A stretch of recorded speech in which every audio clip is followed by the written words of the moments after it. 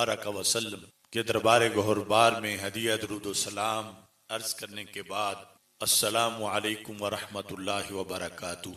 रब्बे जुल जलाल के फजल और तौफीक से मरकज़ सिराते मुस्तकीम जामे मस्जिद रज़ाए मुजतबा गोजरावाला में जुमातुल मुबारक के मौजू पर इस मौका पर आज हमारी गुफ्तगू का मौजू है इमाम उस सहाबा रदियल्लाहु ताला अन्हुम कॉन्फ्रेंस। मेरी दुआ है खालिक कायनात जल्ला जलालुहु रसूल अकरम नूर मुजस्सम शफी मुअज़्ज़म सल्लल्लाहु अलैहि वसल्लम के दरजात को बुलंद फरमाए और आपके सदके आपके अहले बैत अतहार और सहाबा किराम रदियल्लाहु ताला अन्हुम और तमाम उम्मत के दरजात को बुलंद फरमाए।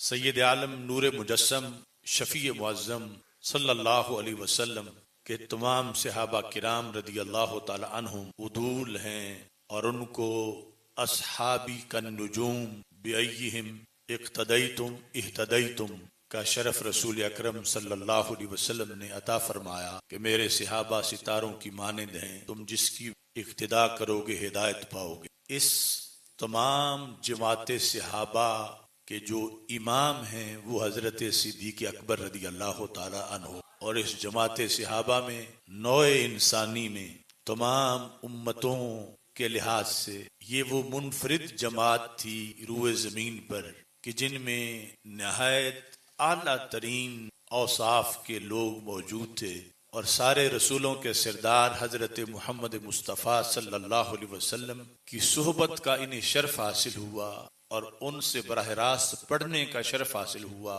और उनसे तज़किया नफ्स पाने का शर्फ हासिल हुआ। ऐसी पाकीज़ा मुक़द्दस मुअत्तर और इल्म वाली इतनी बड़ी जमात चश्मे फलक ने किसी भी पैगंबर के पास नहीं देखी जो हजरत मोहम्मद मुस्तफ़ा सल्लल्लाहु अलैहि वसल्लम की तालीम और तरबियत के नतीजे में मार्ज़ वजूद में आई। और जिस वक़्त इस सिनेरियो में लफ्ज़ सहाबा बोला जाता है तो इसमें अहले बैत अतहार रदी अल्लाह ताला अन्हु भी शामिल हैं, जो कि रसूल अकरम नूर मुजस्सम शफी मुअज़्ज़म सल्लल्लाहु अलैहि वसल्लम ने जब अपनी जगह मुसल्ले पे हजरत सिद्दीक़ अकबर रदी अल्लाह ताला अन्हु को खड़ा की और मुसलसल उन्होंने 17 जमातें कराई रसूल अकरम सल्लल्लाहु अलैहि वसल्लम के विसाल से पहले। उन तमाम जमातों में अहले बैत अतहार ने भी पीछे नमाजें पढ़ी। तो ये रसूल अकरम सल्लल्लाहु अलैहि वसल्लम के बाद उम्मत के इमाम हैं और इमाम सहाबा हैं, जिनके पीछे पढ़ने वाला हर नमाजी हजारों वलियों से बड़ा वली था, तो वो खुद कितने ऊंचे पाए के वली होंगे और अल्लाह तबारक व तआला ने कितना ऊंचा मर्तबा व मकाम आपको अता फरमाया हो। अहादीस मुस्तफ़ा सल्लल्लाहु अलैहि वसल्लम में नबी अकरम नूर मुजस्सम शफी मुअज़्ज़म सल्लल्लाहु अलैहि वसल्लम ने कई वजूह से इस हकीकत को बयान किया, जिसका नतीजा ये निकलता है कि ये जो इमाम सहाबा का शरफ और खलीफा बिला फसल का शरफ हजरत सिद्दीक़ अकबर रदी अल्लाह ताला अन्हु को हासिल हुआ, ये सबसे पहले रब्बे जुल जलाल की रजा थी और रब्बे जुल जलाल के हुक्म पर रसूल खुदा हजरत मोहम्मद मुस्तफ़ा सल्लल्लाहु अलैहि वसल्लम की रजा थी और फिर जमात सहाबा रदी अल्लाह ताला अन्हुम उन सब की रजा थी, क्योंकि बाकी तो उम्मत बाद में थी। तो इस जामियत के साथ इस शरफ की मंजूरी हुई और क़यामत तक के लिए उम्मत मुस्लिमा के अकायद में इसको शामिल किया गया। हजरत मौला अली रदी अल्लाह तआला अन्हु अपनी हर तकरीर के खुतबे में जो दौरे खिलाफत में आपने खिताब की, खुतबे के अंदर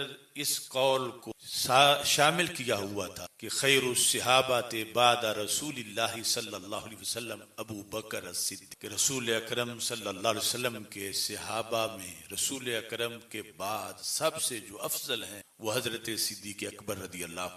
ये जो खाका मैंने आपके सामने जिक्र की, अब मुख्तसर वक्त में इसके दलाइल आपके सामने एक जिहत के लिहाज से रखता हूँ। बुखारी शरीफ की हदीस नंबर 5666 है कि नबी अकरम नूर मुजस्सम शफी मुअज़्ज़म सल्लल्लाहु अलैहि वसल्लम ने इरशाद फरमा लक़द हमम, या दूसरे लफ्ज़ हैं लक़द अरद। ये अरद तो समझना आसान है कि सरकार फरमाते मैंने इरादा किया, अन उर्सिला इला अबी बकरिन व इब्निही, कि मैं पैगाम भेजकर बुलाऊं हजरत अबू बकर सिद्दीक रदी अल्लाह ताला अन्हु और उनके बेटे हजरत अब्दुर्रहमान रदी अल्लाह अन्हु। क्यों बुलाऊं? फ़अहदा, मैं एक अहद वाजे कर दूं, एक हलफनामा, अन यकूल अल काइलू और यतमन्नल मुतमन्नी, ताकि जब वो अहदनामा मौजूद हो या ऐलान हो तो कोई तमन्ना करने वाला फिर तमन्ना नहीं कर पाएगा और कोई कौल करने वाला फिर बोल नहीं सके। ये खुद ही इरादा किया अरद, लेकिन फिर खुद ही तरक भी करे। सुम्मा कुल, तो सरकार फरमाते हैं फिर मैंने कहा। यानी जिस तरह एक कलाम में नफ्सी होती है कि दिल में मैंने सोचा कि ऐसा करूं, फिर दिल में मैंने ये भी कहा। ये भी हो सकता है कि कलाम नफ्सी हो और ये भी हो सकता है कि कलाम लफ्जी हो। जैसे दूसरी हदीस जो भी मैं बयान करूंगा उसमें बाकायदा लफ्ज बोले और हज़रत आयशा सिद्दीका रदी अल्लाह ताला अन्हा को हुक्म दिया।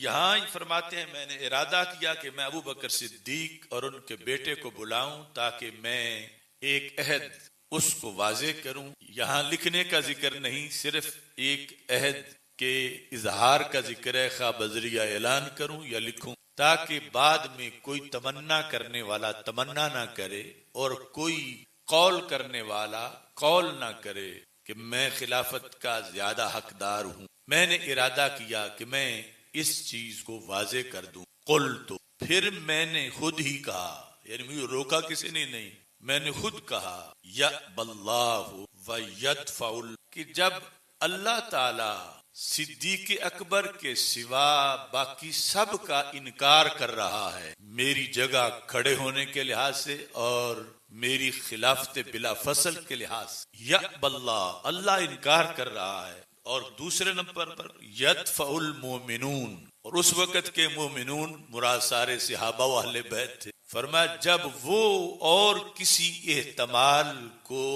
मुस्तरद कर रहे हैं तो फिर मुझे ऐलान करने की क्या जरूरत है, मुझे लिखने की क्या जरूरत है। ये लफ्ज रसूल अकरम सल्लल्लाहु अलैहि वसल्लम ने विसाल से पहले इरशाद फरमाए, जो सही बुखारी में 5666 नंबर हदीस से इमाम उस सहाबा हजरत सिद्दीक अकबर रदी अल्लाह ताला अन्हु के बारे में बड़े वाजे और अजीम अल्फाज है। ये बुखारी शरीफ की जिल्द नंबर 4 है। जो मुस्लिम शरीफ की जिल्द नंबर 4 है उसमें हदीस नंबर 2387 है। पूरी सनद हजरत उर्वा जो है वो हजरत आयशा सिद्दीका रदी अल्लाह ताला अन्हा से रिवायत कर कालत, यानी चूंकि सरकार दो आलम सल्लल्लाहु अलैहि वसल्लम ने अदल के तकाजे पूरे करते हुए आखिरी अय्याम में तमाम अज़वाज मुतहरात से बाकायदा इजाजत ली, अब पहले की तरह तुम्हारे सब के हुजरों में मैं नहीं आ सकता, मैं अलील हूँ,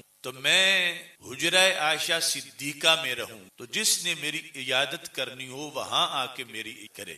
तो तमाम अज़वाज ने इजाजत दी थी। तो रसूल अकरम सल्लल्लाहु अलैहि वसल्लम के आखिरी अय्याम हुजरा आयशा सिद्दीका में गुजरे और फिर वहीं पे क़यामत तक के लिए रसूल अकरम सल्लल्लाहु अलैहि वसल्लम रौनक। तो अकेली आयशा सिद्दीका हुजरे में मौजूद थी। तो सरकार दो आलम सल्लल्लाहु अलैहि वसल्लम ने फरमाया उदई ली अबा बकरिन, ऐ आयशा मुझे अबू बकर बुला के दो, तुम मेरे पास हो इस वक्त। उदई ली अबा बकरिन मुअन्नस का सीगा है कि तुम मेरे लिए अबू बकर सिद्दीक रदी अल्लाह अन्हु बुलाओ और साथ व अखा के, और जो तुम्हारे भाई हैं अब्दुर्रहमान उनको भी बुलाओ। क्यों? यहाँ लफ्ज वाजे हैं उससे, हत्ता अक्तुबा किताबन, ताकि मैं एक तहरीर ली। यानी किताब का यह मतलब नहीं था कोई जिल्दों पर मुश्तमिल किताब या कोई रिसाला। अरबी जुबान में किताब बमाना मकतूब है, यानी एक तहरीर खा 4 लाइनों की एक सफा हो, उस पर भी लफ्ज एक किताब बोला जाता है कि उनको बुलाओ ताकि मैं एक तहरीर लिख। फ़इन्नी अखाफ़ु अन यतमन्ना मुतमन्निन, मुझे अंदेशा है कि कहीं मेरे बाद कोई तमन्ना करने वाला तमन्ना ना करे। व यकूला काइल आना औला, अब इन लफ्जों में भी मजीद वजाहत है कि और कोई कहने वाला ये ना कहे कि मैं ज्यादा हकदार हूँ खिलाफत का, तो मैं लिख दूं। तो अब्दुर्रहमान बिन अबी बकर को भी और हजरत अबू बकर सिद्दीक रदी अल्लाह ताला अन्हु दोनों को, आयशा तुम बुलाओ। अब यहाँ कोई दूसरा बंदा मौजूद ही नहीं था कि कोई रोके या कोई दूसरी कोई तजवीज दे या कोई किसी किस्म का मामला हो जो रवाफिज शोर मचाते हैं हदीस किरतास के लिहाज से। सरकार ने खुद ही इरादा किया और खुद ही इरादा तर्क कर दी। पहले फरमाया आयशा उन्हें बुलाओ ताकि मैं तहरीर क्यों लिखूं, ताकि मेरे बाद कोई मुतमन्नी तमन्ना ना करे कि मैं औला हूं सिद्दीक अकबर के मुकाबले में, या कोई कायल कौल ना करे कि मैं ज्यादा हकदार हूं इनके मुकाबले में। ये यहां तक फरमा के फिर फरमाया कि आयशा बुलाने की जरूरत नहीं। क्यों? फरमाया वयअबल्लाहु वल मुमिनून इल्ला अबा बकर, रब सिवाय अबू बकर सिद्दीक के किसी को मान ही नहीं रहा इस मनसब के लिए, और ना ही सहाबा मान कि अबू बकर के सिवा कोई और खलीफा बिलाफत। तो रब की कुदरत के सामने कौन खड़ा होगा कि मेरे लिखने की जरूरत हो? यानी जो इरादा तर्क किया उसकी जगह ये लफ्ज बोले कि मैं नहीं लिख रहा, क्यों नहीं लिख रहा, इस जगह बोल फरमाया वयअबल्लाहु वल मुमिनून इल्ला अबा बकर, अल्लाह ताला भी सिवाय सिद्दीक अकबर के किसी और के लिए इनकार करता है, और मोमिनून जो सहाबा व अहले बैत हैं वो भी सिवाय सिद्दीक अकबर के किसी और की खिलाफत बिला फसल का इनकार करते हैं। तो इसलिए आयशा बुलाने की जरूरत नहीं है। तो कौन था जो सरकार पे दबाव डाल सकता था या अपनी बात जिद से मनवा सकता था? यानी यहाँ सरकार ने खुद ही एक इरादा किया और खुद ही जब तवज्जो इस तरफ गई कि अल्लाह के साथ जो राब्ता था कि अल्लाह किसी और तजवीज को मानता ही नहीं, तो जब अल्लाह ताला के नजदीक ये क्लियर है तो फिर मुझे लिखने की क्या जरूरत है। यअबल्लाहु वल मुमिनून इल्ला अबा बकर, ये यानी मुस्लिम शरीफ के वाज़े अल्फाज हैं। फरमाया रब और किसी के लिए ये जायज ही नहीं समझता, इनकार करता है अल्लाह। तो फिर अल्लाह इनकार करे तो कौन अल्लाह के मुकाबले में खड़ा हो और तमन्ना करे, और ना कोई खड़ा हो। इस वास्ते इस अंदाज में इमाम सहाबा हजरत सिद्दीक अकबर रदी अल्लाह ताला अन्हु इमामत थी, खा वो इमामत मुसल्ले की हो, खा वो इमामत खिलाफत की हो। इस पर खुद मौला अली रदी अल्लाह ताला अन्हु ने कहा कि जब मुसल्ला रसूल अकरम सल्लल्लाहु अलैहि वसल्लम ने सिद्दीक अकबर रदी अल्लाह ताला अन्हु को दे दिया, ना मैं गैब था ना मैं मरीज था, मुझे ही कहा मुरू अबा बकर फलयुसल्ली बिन्नास, अबू बकर सिद्दीक को अली तुम जाके कहो कि वो लोगों को जमात कराएं। तो कहते हैं तो इसमें फरमाया रदीना लिदुनियाना मा रदिया भी रसूलुल्लाह सल्लल्लाहु अलैहि वसल्लम दीनना, कि नमाज दीन का सतून है।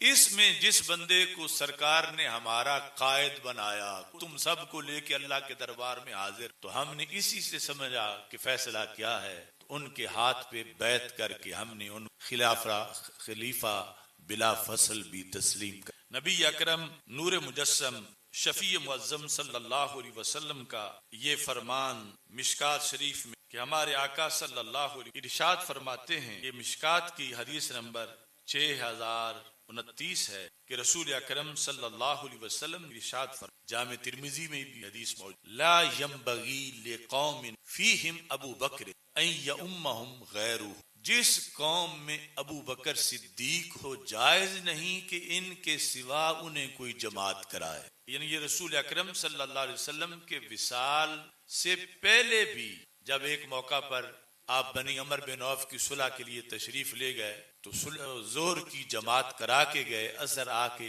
पढ़ानी थी, लेकिन उधर उनकी सुलह में लेट हो गई तो पीछे मस्जिद नबवी शरीफ में जमात के वक्त सारे सहाबा ने बिल इत्तिफाक हजरत सिद्दीक अकबर रदी अल्लाह तआला अन्हु को मुसल्ला इमामत, और सरकार जब तशरीफ लाए तो सहाबा ने सफों में जगह बनाई। जब पहली सफ में सरकार पहुंचे, अबू बकर सिद्दीक पीछे हटने लगे तो सरकार ने फरमाया मकानक, अपनी जगह पे खड़े रहो। यानी ये उरूज था सिद्दीक अकबर का कि रसूल अकरम सल्लल्लाहु अलैहि वसल्लम ने अपने गुलाम के पीछे नमाज पढ़ने का इरादा कर ली। 3 मरतबा फरमाया मकानक, लेकिन सिद्दीक अकबर पीछे सफ में आ गए और नबी अकरम सल्लल्लाहु अलैहि वसल्लम मुसल्ला इमामत पे तशरीफ। और बाद में पूछा कि आपने मुसल्ला क्यों छोड़ा, तो ये बुखारी शरीफ में है, हजरत सिद्दीक अकबर रदी अल्लाह ताला अन्हो ने ये कहा, मा काना लिब्न अबी कुहाफा अन युसल्ली बैन यदै रसूलिल्लाह सल्लल्लाहु अलैहि वसल्लम, कि मेरी हैसियत क्या है, मैं तो हूं अबू कुहाफा का बेटा और आप हो रब के रसूल, तो मैं कैसे आपके आगे खड़ा होकर नमाज पढ़ाता। अगरचे आप फरमा रहे थे तो मैंने अदब के लिए मुसल्ला छोड़ दिया। तो ये रब के दरबार में इतना मंजूर कि जिसने अदब के लिए मुसल्ला छोड़ा था, अल्लाह ने उम्मत में उसे ही पहले नंबर पे अता फरमा दी। सैयद आलम नूर मुजस्सम शफी मुअज्जम सल्लल्लाहु अलैहि वसल्लम ने मुख्तलिफ वजूह से इस हकीकत को वाज़े फरमा, और जो ये फैसला था इमामत वाला, कंजुल उम्माल में ये हदीस शरीफ 11वीं जिल्द इस तरह मौजूद, हदीस नंबर 32,706 है। तो रसूल अकरम सल्लल्लाहु अलैहि वसल्लम ने फरमाया कि चूंकि जब भी जिक्र होता था, तज़किरा होता था, तो तकिया कलाम ही ये था रसूल पाक सल्लल्लाहु अलैहि वसल्लम का भी और सहाबा का, कि खाराजा अबू बकर व उमर व आना, खरज तो आना व अबू बकर व उमर, यानी मुख्तलिफ मामलात में इन मुकद्दम किया गया। तो रसूल अकरम सल्लल्लाहु अलैहि वसल्लम ने एक दे वजाहत फरमा, मा कद्दम तो अबा बकर व उमर, मैंने अबू बकर उमर को आगे नहीं किया। मा कद्दम तो अबा बकर व उमर, मैंने अबू बकर उमर रदी अल्लाह ताला अन्हुमा को आगे नहीं किया। वलाकिन्नल्लाह कद्दमहुमा, लेकिन अल्लाह ने इनको मुकद्दम किया है।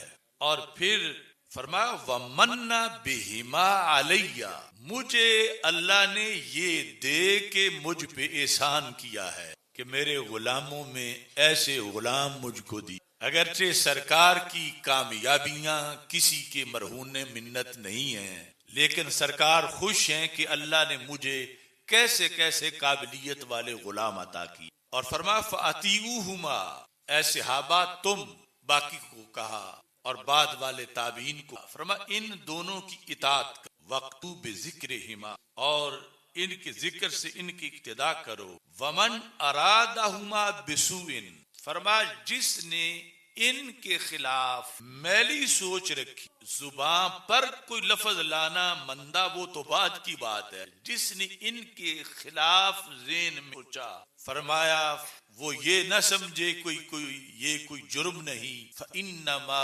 युरीदुनी, उसने मुझ पे हमला किया। और किस पे? फरमाया वल इस्लाम, उसने इस्लाम पे हमला। इस तरह नबी अकरम नूर मुजस्सम शफी सल्लल्लाहु अलैहि वसल्लम ने इस हदीस में भी अल्लाह का जो फैसला था वो जमीन पे नाफिज, और उस पर फिर सबको इस फैसले के एहतराम का हुक्म दिया।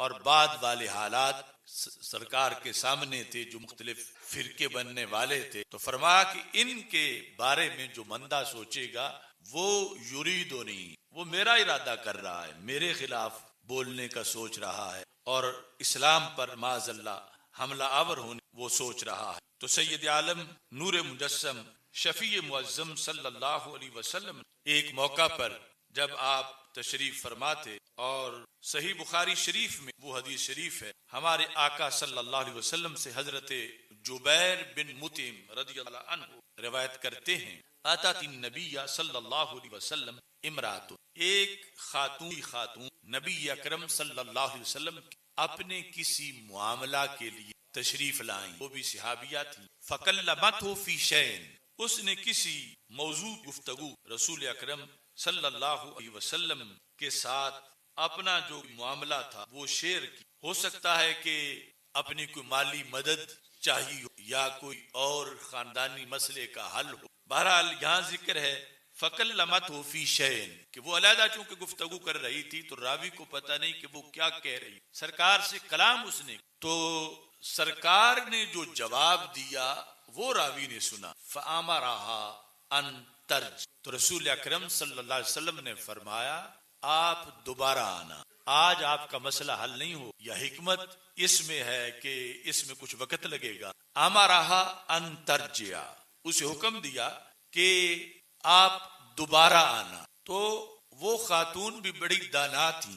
कालत या रसूल अल्लाह सल्लल्लाहु अलैहि वसल्लम, ऐसी बात उसने पूछ ली शायद बड़े बड़े मर्द भी ना पूछ। कहने लगी अराईता इन जितु वलम अजिद, या रसूल अल्लाह सल्लल्लाहु अलैहि वसल्लम, अल्लाह के कामों का कोई, आप मुझे ये वाजे कर दें कि अगर मैं आऊं और इस मसनद पे आप, रावी कहते हैं कि अन्नहा तुरीदुल मौत, गोया कि वो ये कह रही थी कि अगर आपका विसाल हो जाए, दोबारा मैं जब आऊं तो आपका विसाल हो चुका हो, तो फिर मैं किसको मिलूं इस मसले के हल के लिए, मेरा ये मामला कौन हल करेगा। आज आप फरमा रहे हो कि तू वापस चली जा और दोबारा आना, और अगर मैं दोबारा आऊं और आपको ना पाऊं तो फिर मैं किसके पास जाऊं, कौन जवाबदेह होगा, कौन जिम्मेदार होगा। तो नबी अकरम सल्लल्लाहु अलैहि वसल्लम ने वाज़े लफ्ज़ माया, बुखारी शरीफ में भी है, मुस्लिम, फरमा इल्लम तजिदी, अगर तू आई